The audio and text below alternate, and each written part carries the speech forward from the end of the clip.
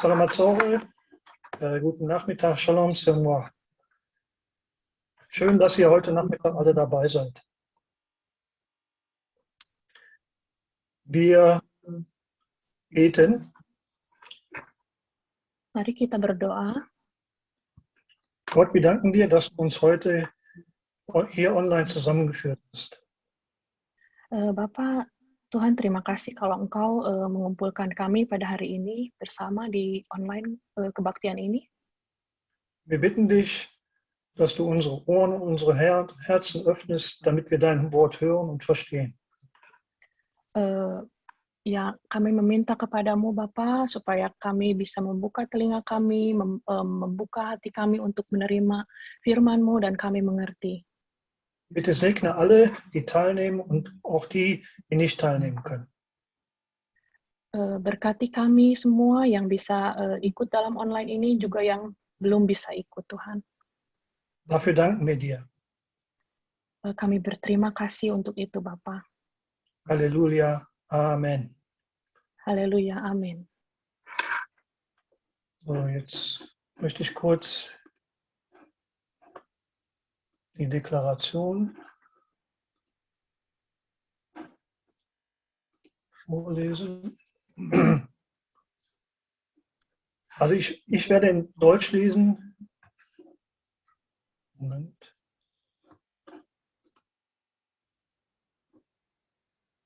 Falsch.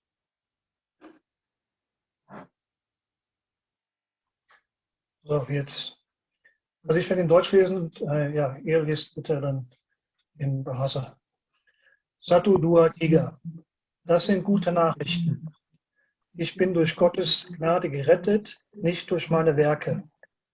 Ich bin berechtigt, geändert und durch ihn gesegnet.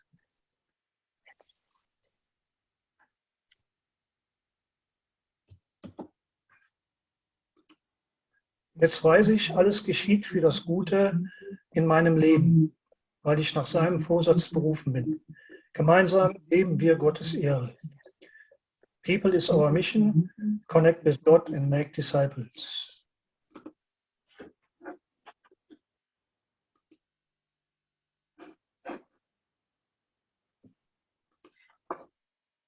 Ja, heute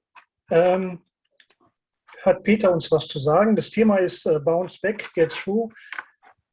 Ich würde Bounce Back übersetzen in Zurückkommen, also uns auf das Wesentliche zu konzentrieren. Tema kita yang bounce back ini saya terjemahkan seperti kembali, bukan seperti arti harfiah sebenarnya. Und Get Through würde ich übersetzen, dass es ein Weg ist, wie man ja wieder an die Basis zurückkommt. Dan get through itu saya terjemahkan seperti untuk kembali dan bertahan di dalam bertahan, bisa melewati. Ja. Wir lesen, was Peter uns zu sagen hat. Kita baca apa yang Petrus katakan untuk kita, atau Und zwar in 1 Petrus, Vers 3, Kapitel 3, Vers 13 bis 17. Vers 13. Und wer ist, der euch Böses tun wird, wenn ihr Nachahmer des Guten geworden seid? Vers 14. Auch wenn ihr euch leiden solltet, um der Gerechtigkeit willen, glücklich seid ihr. Fürchtet aber nicht ihre Furcht, noch seid bestürzt. Vers 15. Sondern heiligt Christus, den Herrn, in euren Herzen. Seid aber jederzeit bereit zur Verantwortung gegen jeden, der Rechenschaft von euch fordert über die Hoffnung, die in euch ist, aber mit Sanftmut und Furcht. Vers 16. Indem ihr ein gutes Gewissen habt auf das, worin sie wieder euch als Übeltäter reden, die zu Schanden werden, welche eure guten Wandel in Christus verleumden. Vers 17. Denn es ist besser, wenn der Wille Gottes es will, für Gutes tun, zu leiden als für böse tun. Ja, was ist heute für uns drin? Apa firman Tuhan untuk kita hari ini? Als Gläubige werden wir daran erinnert, dass wir Leiden erfahren werden, auch wenn wir wirklich gute und gehorsame Nachfolger Christi sind. Sebagai orang percaya, kita diingatkan bahwa akan ada penderitaan yang harus kita hadapi walaupun kita telah bersungguh-sungguh menjadi pengikut Kristus yang baik dan taat. Dafür möchte ich euch jetzt eine Geschichte erzählen, und zwar Wohnen in der Garage. Saya akan menceritakan suatu kisah, judulnya Tinggal di Garasi. Dr. Timmy Cheng in Irvine behandelt als Lungenarzt und Spezialist für Intensivpflege täglich Covid-19-Patienten im Krankenhaus. Dr. Timmy Cheng tinggal di Irvine, seorang spesialis paru-paru yang setiap hari menangani pasien-pasien COVID-19. Um seine Familie, insbesondere seinen kleinen Sohn, zu schützen, zieht er in die Garage seines Hauses und lebt in einem kleinen Zelt. Untuk melindungi keluarganya, khususnya anak laki-laki kecil, putranya yang masih kecil, dia pindah ke garasi rumahnya dan tinggal di tenda yang kecil. Dort lebt er auf einer provisorischen Matratze. Er hat einen Laptop und Snacks. Di sana dia tidur dengan kasur seadanya, ditemani sama laptop dan snack. Seine Frau und seine Eltern, die das Essen liefern, folgen seinem strengen Protokoll. Istri dia dan orang tuanya mengantar makanan, tapi dengan protokol yang ketat. Ich kann meine Familie immer noch sehen, aber wir halten Abstand. Saya masih bisa melihat keluarga saya, tapi kita tetap menjaga jarak. Sie bringen mein Essen zum Garagentor, stellen es ab, und wenn sie gegangen sind, hole ich das Essen. Mereka membawa makanan untuk saya sampai ke pintu garasi, terus menaruhnya, pergi, baru saya mengambil makanan tersebut. Auf Facebook schrieb er: Dieses kleine Zelt ist mein Zuhause für die nächsten Wochen oder Monate. Dr. Cheng ini menulis di Facebooknya, ini rumah saya untuk beberapa minggu atau bulan ke depan. Es ist unklar, ob Dr. Cheng nach einem Jahr immer noch in seiner Garage lebt, weil die Pandemie immer noch nicht vorbei ist. Tidak jelas apakah setelah setahun berlalu itu Dr. Cheng ini masih berada di garasi karena yang pandemi ini masih belum selesai. Das Leiden, das er erlebte, repräsentiert auch das Leiden des anderen Gesundheitspersonals. Penderitaan yang ia alami mewakili penderitaan tenaga kerja kesehatan. Auch sie waren gezwungen, sich von ihren Familien zu distanzieren. Einige davon sind sogar an Covid-19 gestorben. Mereka semua itu terpaksa berpisah dengan keluarganya, atau bahkan ada yang meninggal akibat COVID-19 ini. Zusammenfassend, Dr. Cheng hat nicht gelitten, weil er krank war oder schlechte Dinge getan hatte, sondern weil er Gutes getan hat. Kesimpulannya, Dr. Cheng ini menderita bukan karena ia sakit atau berbuat jahat, melainkan justru karena ia berbuat baik. Was kann das für uns bedeuten? Apa artinya itu buat kita? Wir leben in einer Welt, die untrennbar mit Freude und Trauer verbunden ist. Kita hidup di dunia yang tidak terlepas dari yang namanya sukacita dan duka cita. Wie das Buch Der Prediger sagt, gibt es für alles eine Zeit. Seperti di kitab pengkhotbah mengatakan bahwa untuk segala sesuatu ada masanya.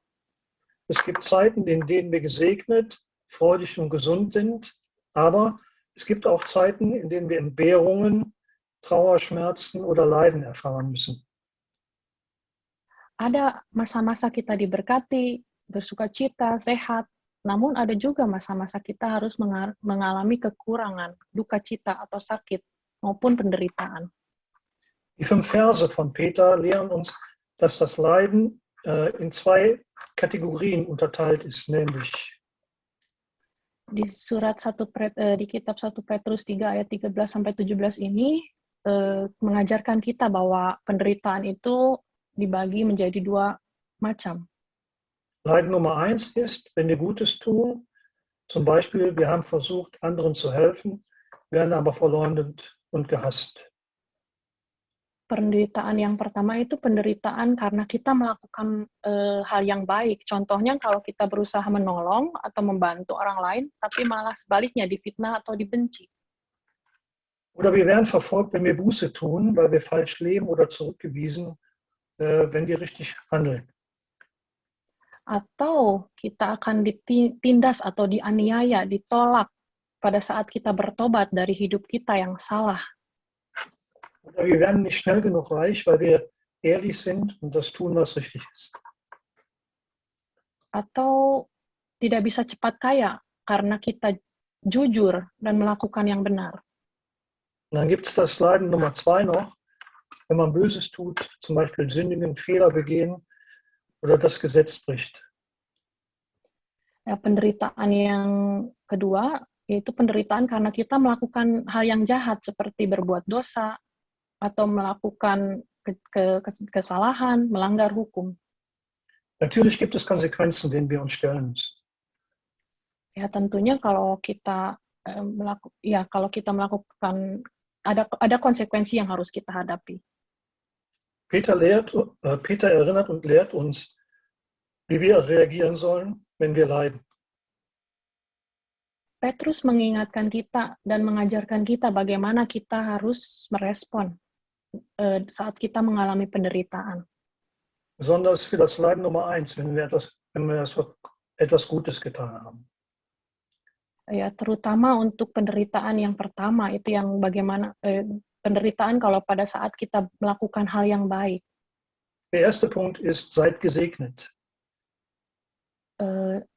Poin yang pertama, ya, diberkati.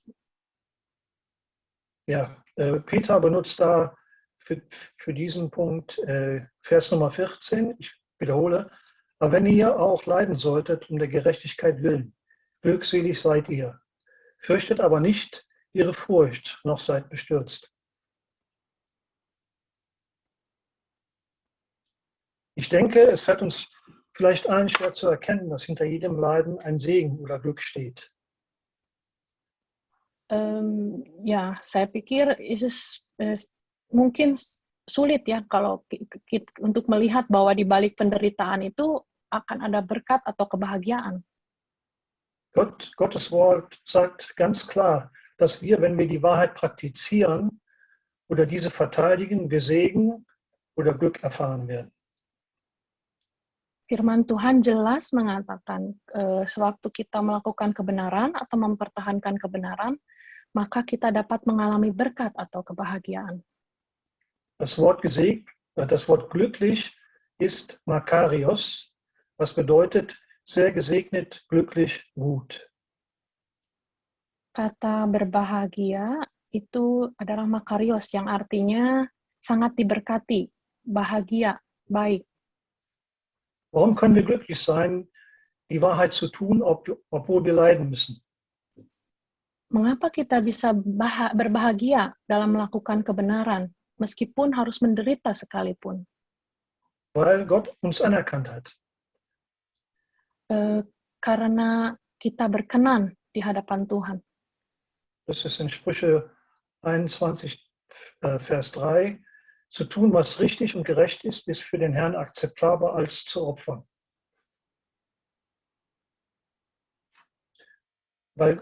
Ein zweiter Punkt ist, weil Gott uns mit Gnade überschüttet und er dadurch stark gemacht hat. Yang kedua itu karena anugerah Tuhan dilimpahkan kepada kita supaya kita menjadi kuat. MacArthur sagt, Leiden sollte als Gelegenheit gesehen werden, den geistigen Segen zu empfangen und nicht als Entschuldigung, den Glauben vor einer feindlichen Welt zu gefährden. MacArthur berkata penderitaan harus dipandang sebagai kesempatan untuk menerima berkat spiritual, bukan alasan untuk mengkompromikan iman kita di dalam dunia yang kejam. Warum müssen wir leiden? Mengapa kita harus menderita? Warum müssen wir leiden, wenn wir wirklich nichts falsch gemacht haben? Padahal kita sebenarnya tidak melakukan hal yang salah. Warum geraten Leute, die Gutes tun, in Schwierigkeiten? Kenapa orang yang baik terkena masalah? Viele Leute fragen sich oft, warum gute Menschen schlechte Dinge passieren. Banyak orang sering bertanya, mengapa hal-hal yang buruk terjadi pada orang-orang yang baik. Viele Menschen beschuldigen Gott und zweifeln an Gottes Allmacht, wenn in ihrem Leben schlimme Dinge passieren. Banyak orang menyalahkan Tuhan dan meragukan kuasa Tuhan ketika hal buruk terjadi di dalam hidupnya. In Wirklichkeit passieren schlimme Dinge, weil Menschen ihren freien Willen unklug einsetzen, wenn sie entscheiden, wie sie Menschen oder die natürliche Umgebung behandeln. Tapi sebenarnya hal buruk itu terjadi karena manusia menggunakan hak bebasnya dan keliru atau tidak bijaksana dalam memutuskan atau memperlakukan orang atau alam di sekitarnya. Ein Beispiel: Überschwemmungen werden durch die Anhäufung von Abfällen und abgeholzten Wäldern oder schlechter Stadtplanung, siehe Jakarta, hervorgerufen. Ya, contohnya banjir. Banjir terjadi karena sampah yang dibuang sembarangan atau hutan yang ditebang atau tata kota yang kurang baik. Seperti ya di Jakarta, ya. Yang terjadi di Jakarta. Das schließt auch Pandemien, Erdbeben und andere Katastrophen ein. Ya, termasuk sekarang pandemi ini COVID-19 ini dan gempa bumi. Experten sagen, dass Erdbeben durch natürliche Bedingungen oder auch durch menschliches Handeln verursacht werden kann. Menurut para ahli, gempa bumi itu disebabkan oleh kondisi alam atau karena perbuatan manusia.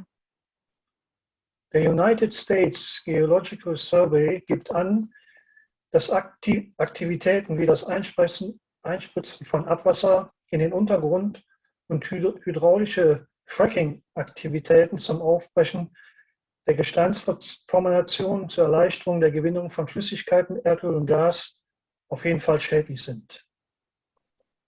Badan Survei Geologi Amerika menyatakan bahwa aktivitas seperti menyuntikkan limbah ke bawah tanah atau aktivitas hidrolik yang untuk memecahkan formasi batu itu mempermudah mengambil cairan minyak bumi atau gas, tapi aktivitas ini merusak alam.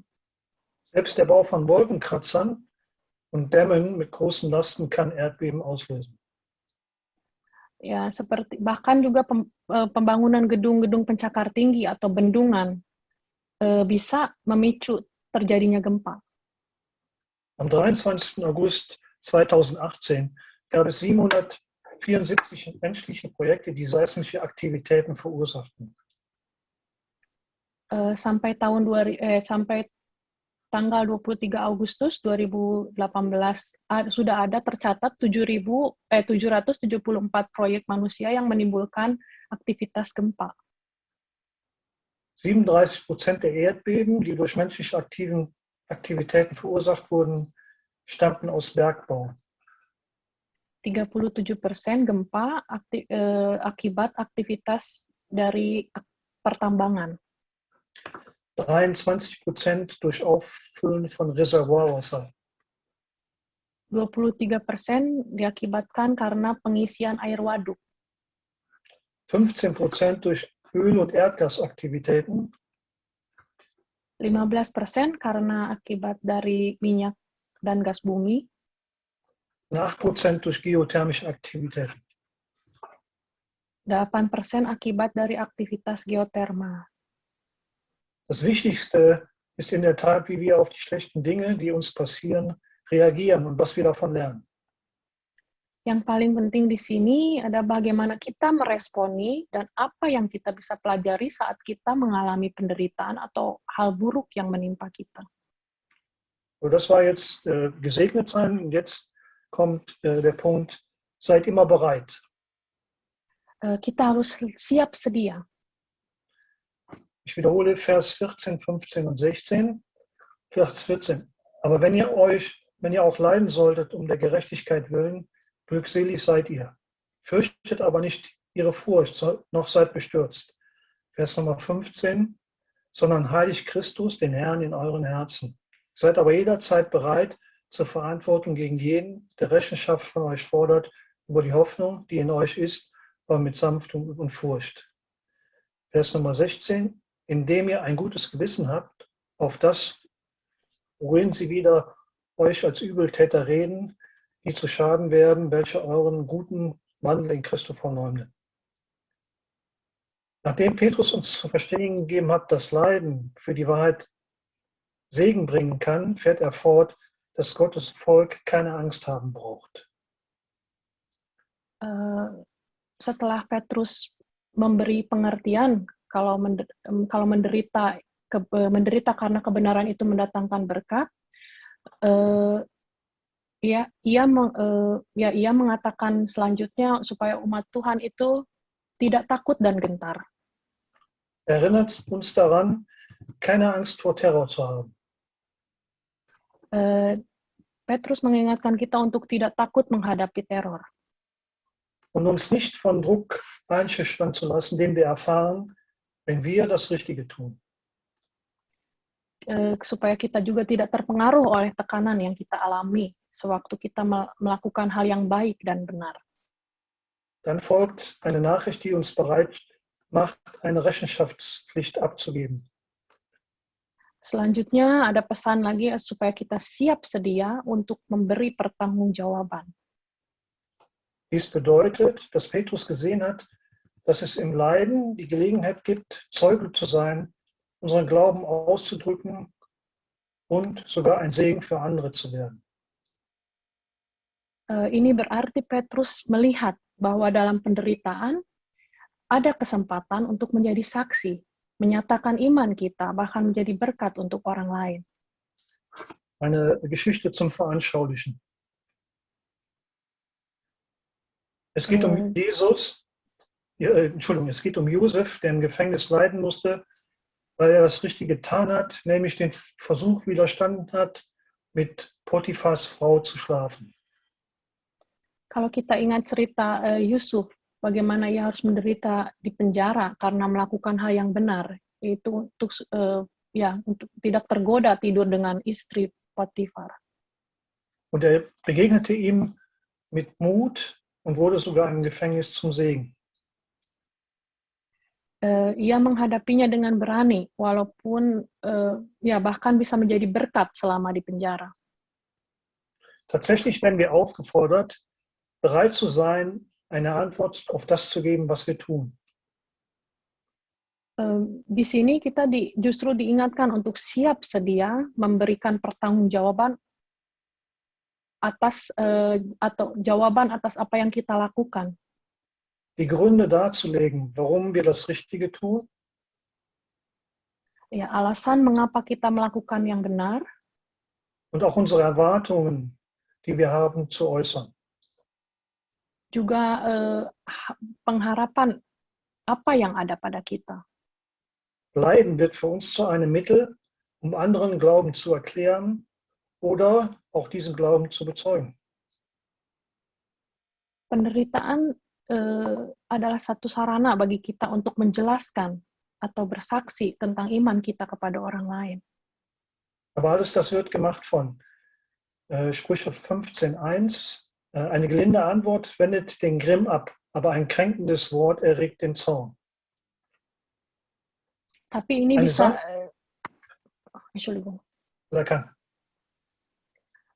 Semua ini bisa dilakukan atau bisa terwujud kalau kita lemah lembut, artinya sopan tanpa emosional. Ein sanftes Wort wendet den Zorn ab, aber ein hartes Wort erregt Ärger. Karena jawaban yang lemah lembut meredakan kegeraman, sedangkan perkataan yang pedas membangkitkan marah. Respekt bedeutet, die Menschen zu respektieren, die Fragen stellen, weil nicht alle das Wort Gottes verstehen und kennen. Hormat berarti kita menghargai orang yang bertanya. Karena Lernen tidak wir semua daher, orang... Entschuldigung. Komm weiter, Andreas, ist gut. Okay. Ja. Okay. Lernen wir daher zu schätzen und geduldig zu erklären. Ya, hormat berarti, ya karena kan tidak semua orang mengerti atau memiliki pengetahuan tentang firman Tuhan. Karena itu kita harus belajar menghargai dan sabar untuk menjelaskan. Ein reines Gewissen bedeutet, ohne Motivation oder Absichten zu handeln. Dengan hati nurani yang murni, itu artinya tanpa motivasi atau tanpa maksud-maksud atau tujuan tertentu. Ein Mensch kann angesichts des Leidens bereit oder stetig sein, wenn er den Sinn verstanden hat. Seseorang bisa dikatakan siap atau teguh dalam menghadapi penderitaan itu ketika dia tahu makna dari penderitaan tersebut. Die Herrlichkeit Gottes ist unsere Bedeutung. Bagi kita itu maknanya adalah untuk kemuliaan Tuhan. Noch eine Geschichte über Viktor Emil Frankl, der ein Arzt und Psychiater ist. Satu cerita lagi dari Viktor Emil Frankl. Er überlebte den Holocaust im Zweiten Weltkrieg. Dia adalah seorang dokter dan psikiater yang selamat dari peristiwa Holocaust. Die Erfahrung des nationalsozialistischen Konzentrationslagers ließ sich ihn fragen, wie Menschen unter solchen extremen Bedingungen die Hoffnung aufrechterhalten können. Pengalamannya di camp konsentrasi Nazi ini membuatnya bertanya-tanya bagaimana manusia dapat mempertahankan harapannya dalam kondisi ekstrim seperti itu. Er kam zu der Überzeugung, dass unser Überlegen davon abhängt, einen Sinn, selbst unter Umständen der Verzweiflung, zu finden. Dia percaya bahwa kelangsungan hidup kita bergantung pada bagaimana kita menemukan makna hidup bahkan dalam keadaan putus asa. Er schlägt vor, dass wir, denn im Willen frei sind, unsere Haltung auch in Bezug auf Folter und Tod zu wählen. Frankl ini mengusulkan atau menyarankan agar kita memiliki keinginan bebas untuk memilih sikap kita, bahkan tentang bagaimana penyiksaan atau kematian. Er beobachtete, dass Menschen, die sich im Kern ihrer Seelen dafür entschieden haben, an die Zukunft zu glauben und in der Gegenwart einen Sinn zu finden. Dia mengamati bagaimana bahwa manusia yang jiwa yang intinya memiliki di dalam jiwanya itu intinya memilih untuk memiliki keyakinan akan masa depan dan menemukan makna pada saat ini. Diese Leute finden oft die Kraft und den Mut, sich den schwierigsten Problemen zu stellen.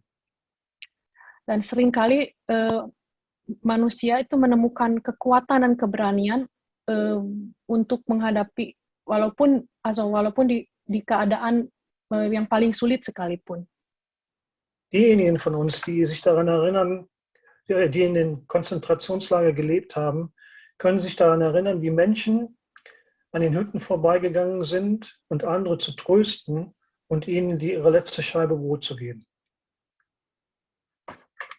Kami yang tinggal di kamp konsentrasi ini dapat mengingat orang-orang yang berjalan melewati melewati tenda-tenda menghibur orang lain, memberikan potongan roti terakhir untuk mereka. Die Anzahl dieser Leute mag gering gewesen sein, aber sie bieten ausreichende Beweise dafür, dass einem Mann alles genommen werden kann, bis auf eines. Jumlah mereka mungkin sedikit, tapi mereka menawarkan bukti yang cukup bahwa segala sesuatu dapat diambil dari seseorang, kecuali satu. Und das ist die endgültige Freiheit des Menschen, seine Haltung, Reaktion angesichts seiner Umstände zu wählen, um seinen eigenen Weg zu wählen, zu entscheiden. Itu kebebasan terakhir manusia untuk memilih sikap dalam menghadapi keadaan atau situasi, ya, untuk memilih atau memutuskan jalannya sendiri. Ja. Wenn wir unseren Sinn verlieren, verlieren wir unsere Hoffnung auf die Zukunft. Kalau kita hilang pengharapan dan kita juga tidak bisa melihat harapan kita untuk di masa depan. Daher ist es für uns wichtig zu verstehen, was Leiden bedeutet, insbesondere wenn wir leiden, weil wir Gutes tun. Terutama kalau kita harus mengerti kenapa kita menderita walaupun kita melakukan hal yang baik. Wir tun Gutes, indem wir Gott verherrlichen.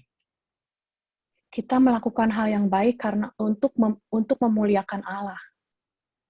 Wir sind eingeladen, uns auf alles vorzubereiten, indem wir nach dem suchen, was Gott in unserem Leben tut, damit wir Hoffnung von Gott haben können. Entschuldigung, Andreas, nochmal bitte. Ja, wir sind eingeladen, uns auf das alles vorzubereiten, indem wir nach dem suchen, was Gott in unserem Leben tut, damit wir Hoffnung von Gott haben können. Ya, kita itu diundang oleh Tuhan untuk mengerti bagaimana kita harus hidup sesuai dengan rencananya. In dem dritten Punkt geht es um die Treue. In Vers 17 will Petrus uns sagen, dass wir treu bleiben sollen. Ya, kita harus tetap setia. Jeder Nachfolger Christi wird sicherlich für unseren Glauben leiden, für das, woran wir glauben. Sebagai pengikut Kristus, kita pasti akan menderita karena iman kita, karena apa yang kita percayai. Daher zeigt das Leiden für Christus unsere Loyalität gegenüber dem, woran wir glauben. Karena itu, menderita untuk Kristus itu menunjukkan kesetiaan kita atas apa yang kita percayai. In 2. Timotheus Kapitel 3, Vers 12 bis 14 lehrt es uns, dass es Verfolgung gibt und wir ermutigt werden, an der Wahrheit festzuhalten, die wir erhalten. Di 2 Timotius 3 ayat 12 sampai 14 mengajarkan pada kita bahwa ada aniaya dan kita didorong untuk tetap teguh berpegang pada kebenaran yang kita terima. Vers Nummer 12. Alle aber auch, die gottselig leben wollen in Christi Jesu, werden verfolgt werden. Böse Menschen aber und Gaukler werden im Bösen fortschreiten, indem sie verführen und verführt werden. Vers Nummer 14. Du aber bleibe in dem, was du gelernt hast, wovon du völlig überzeugt bist, dass du weißt, von wem du gelernt hast. Unsere Treue im Angesicht des Leidens basiert auf dem Beispiel Christi, der bis zum Tod treu war. Kesetiaan kita dalam menghadapi penderitaan didasarkan atas teladan Kristus yang setia sampai mati. Unsere Stärke, treu zu sein, wird von Gottes treuer Gegenwart angetrieben. Kekuatan kita untuk setia didorong oleh kehadiran Allah yang setia. Alistair Beck sagt, darauf können wir vertrauen. Im Schmerz unseres Leidens liegt die Gegenwart eines treuen Gottes.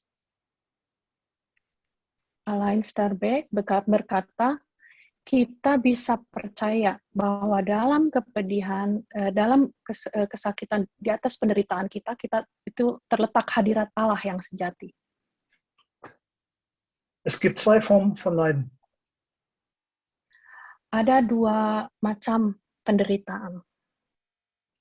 Wir tun Gutes und erfahren Leiden, weil wir das Richtige tun. Penderitaan karena kita berbuat baik. Und das besser verständliche Leiden, wenn wir Böses getan haben. Penderitaan yang semestinya kita dapatkan ketika kita melakukan kejahatan. Ich möchte kurz zusammenfassen. Kesimpulan, Wir werden gesegnet, wenn wir Leiden erfahren, obwohl wir Gutes getan haben. Kita diberkati ketika kita mengalami penderitaan meskipun kita telah berbuat baik. Wenn wir ein Ziel haben, wird es für uns einfacher sein, immer bereit zu sein, Leiden zu ertragen. Ketika kita memiliki tujuan, akan menjadi mudah bagi kita untuk selalu siap menanggung penderitaan. Jesus ist bis zu seinem Tode treu geblieben. Wenn wir Gott treu bleiben, werden wir durch ihn das Gute im Leiden besser sehen können. Yesus tetap setia sampai kematiannya. Jika kita tetap setia kepada Tuhan, melalui Tuhan atau melalui Bapa kita akan melihat kebaikan dalam penderitaan dengan lebih baik. Das Leiden wird immer da sein und ein Teil des christlichen Lebens bleiben. Penderitaan itu akan selalu ada dan menjadi bagian dari kehidupan orang Kristen. Dafür müssen wir immer bereit und treu sein, weil wir wissen, dass hinter dem Leiden ein Segen und ein Geschenk steckt, das Gott für uns vorbereitet hat. Untuk itu kita harus selalu siap menghadapi dan setia karena kita tahu di balik penderitaan ada berkat dan anugerah yang Allah sudah siapkan. Wir beten. Mari kita berdoa. Gott, hilf uns bitte, meine Worte auf eine Weise zu verwenden, die andere ermutigt. Tuhan, tolong kami Tuhan untuk supaya apa yang saya sampaikan hari ini bisa memberkati, memberikan semangat. Hilf uns, die Wahrheit mit Liebe und Freundlichkeit zu sagen. Tolong kami untuk selalu menyatakan kebenaran dengan kasih dan dengan lemah lembut, dengan ramah. Zeige uns, wie wir unsere Worte nutzen können, um Menschen aufzubauen, anstatt die niederzureißen. Tunjukkan kepada kami bagaimana kami bisa melalui kata-kata kami bisa membangun orang-orang di sekitar kami, bukan sebaliknya, membuat mereka putus asa. In Namen Jesu, Amen. Dalam nama Tuhan Yesus, amin.